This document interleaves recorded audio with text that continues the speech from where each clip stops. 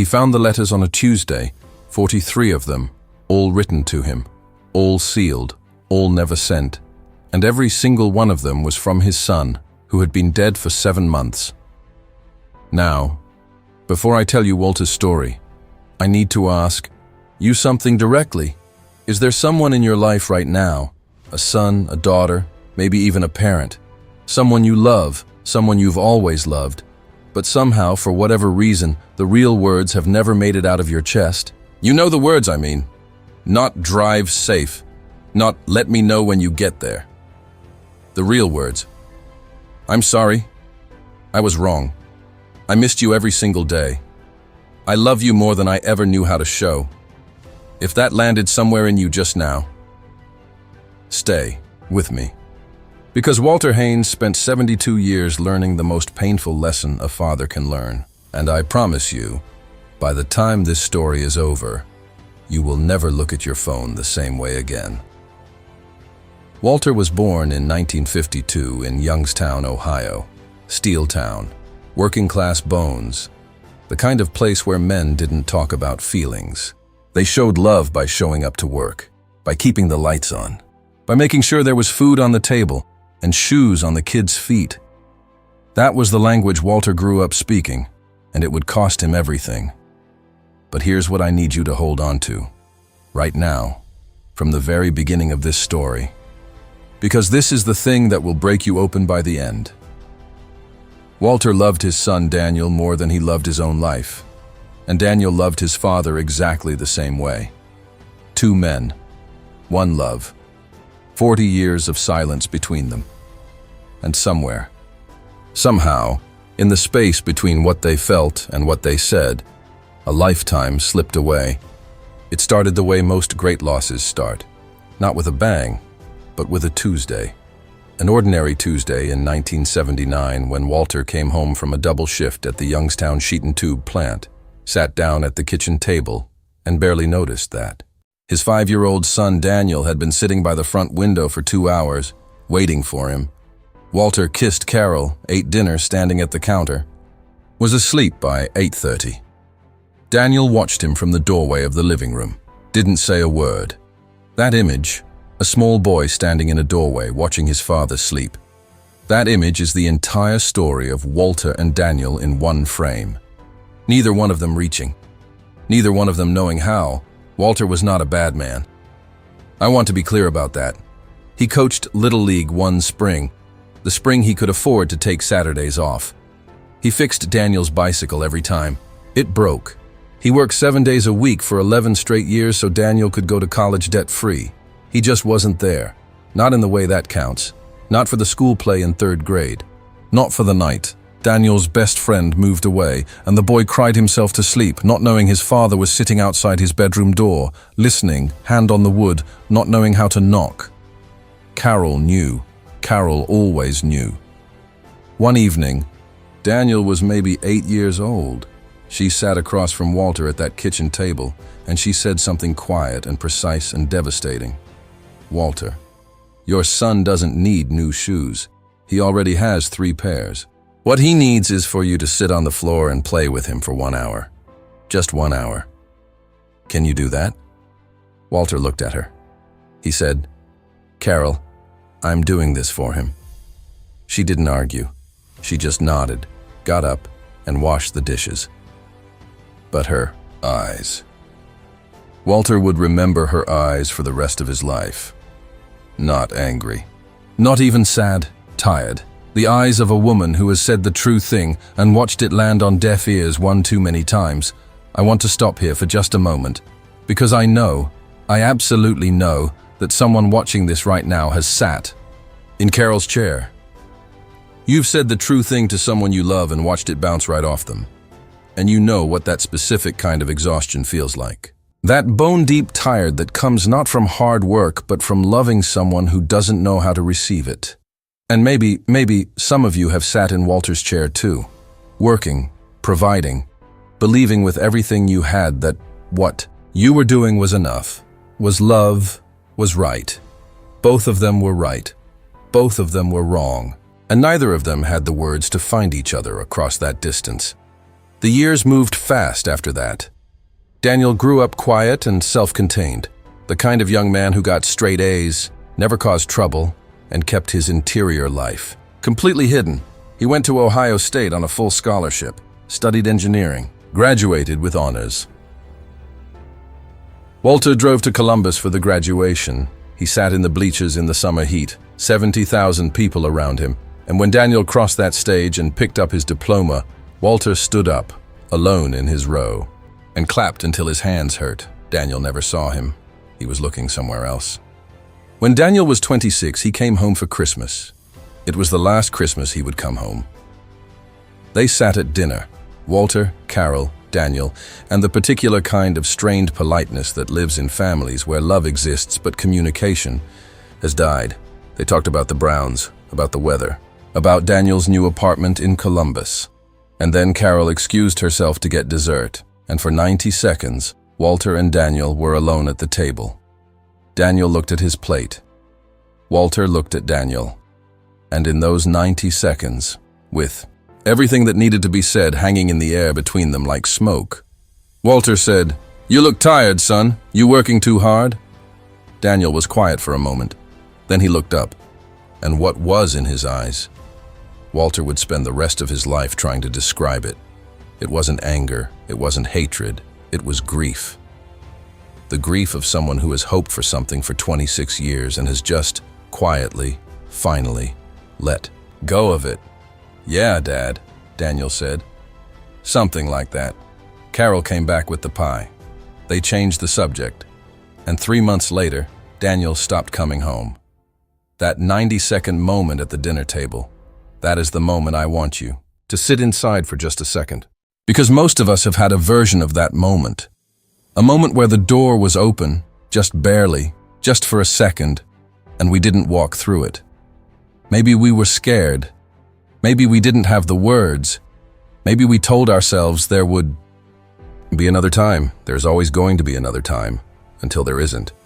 Carol died in the spring of 2007, breast cancer. Diagnosed in January, gone by April. Fast and merciless.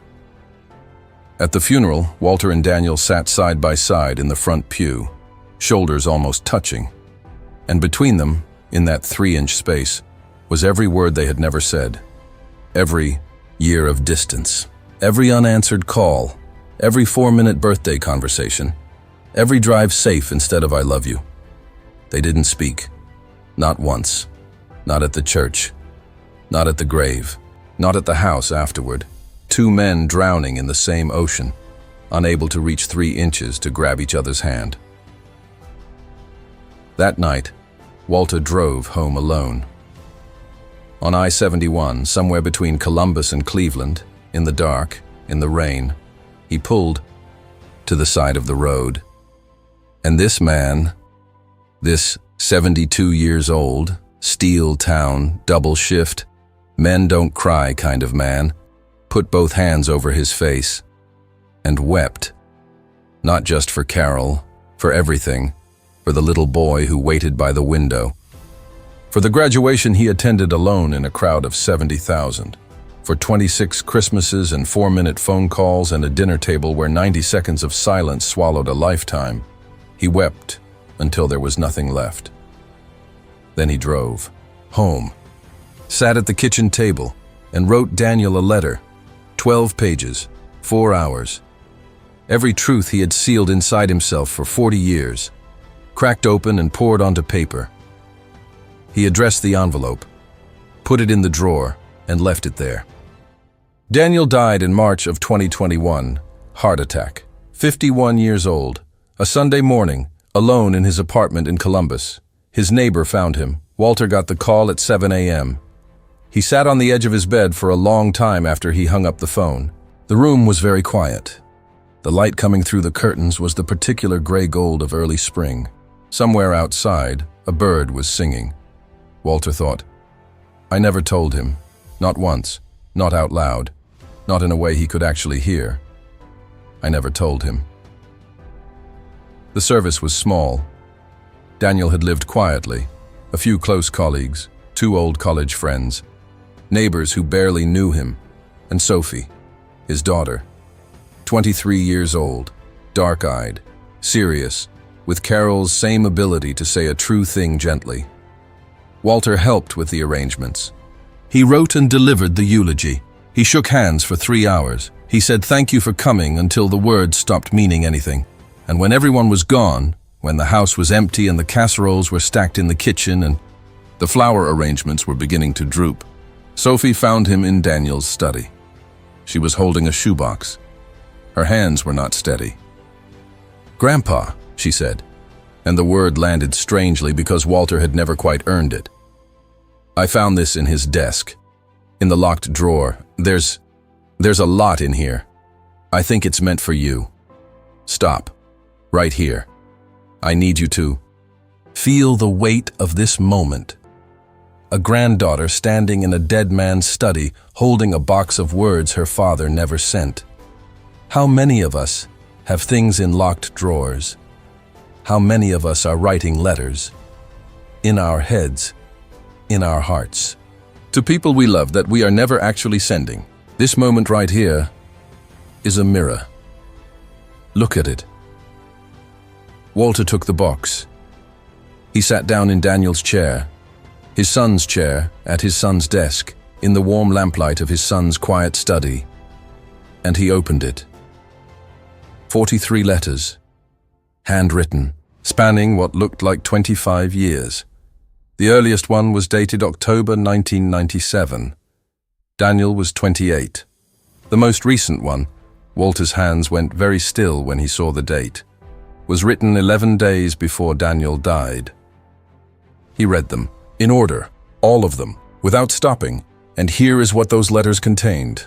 Not anger, not accusation, not the long inventory of failures Walter had been carrying like stones in his chest for decades. Love. Enormous, aching, persistent love. Letter after letter. Daniel writing to his father about his life, his fears, his small victories. Asking Walter's opinion on things. Describing moments he wished they had shared. Saying, "I thought about calling you today more times than Walter could count." And in every single letter, every one, without exception, somewhere near the end, always. In Daniel's careful handwriting, "I love you, Dad. I just don't know how to say it to your face." Walter read the last letter. He sat for a long time, then he stood up, drove the 52 miles home, walked into his kitchen, opened the drawer, that same drawer, and pulled out his own letter. The one he had written to Daniel 14 years ago, 12 pages, never sent.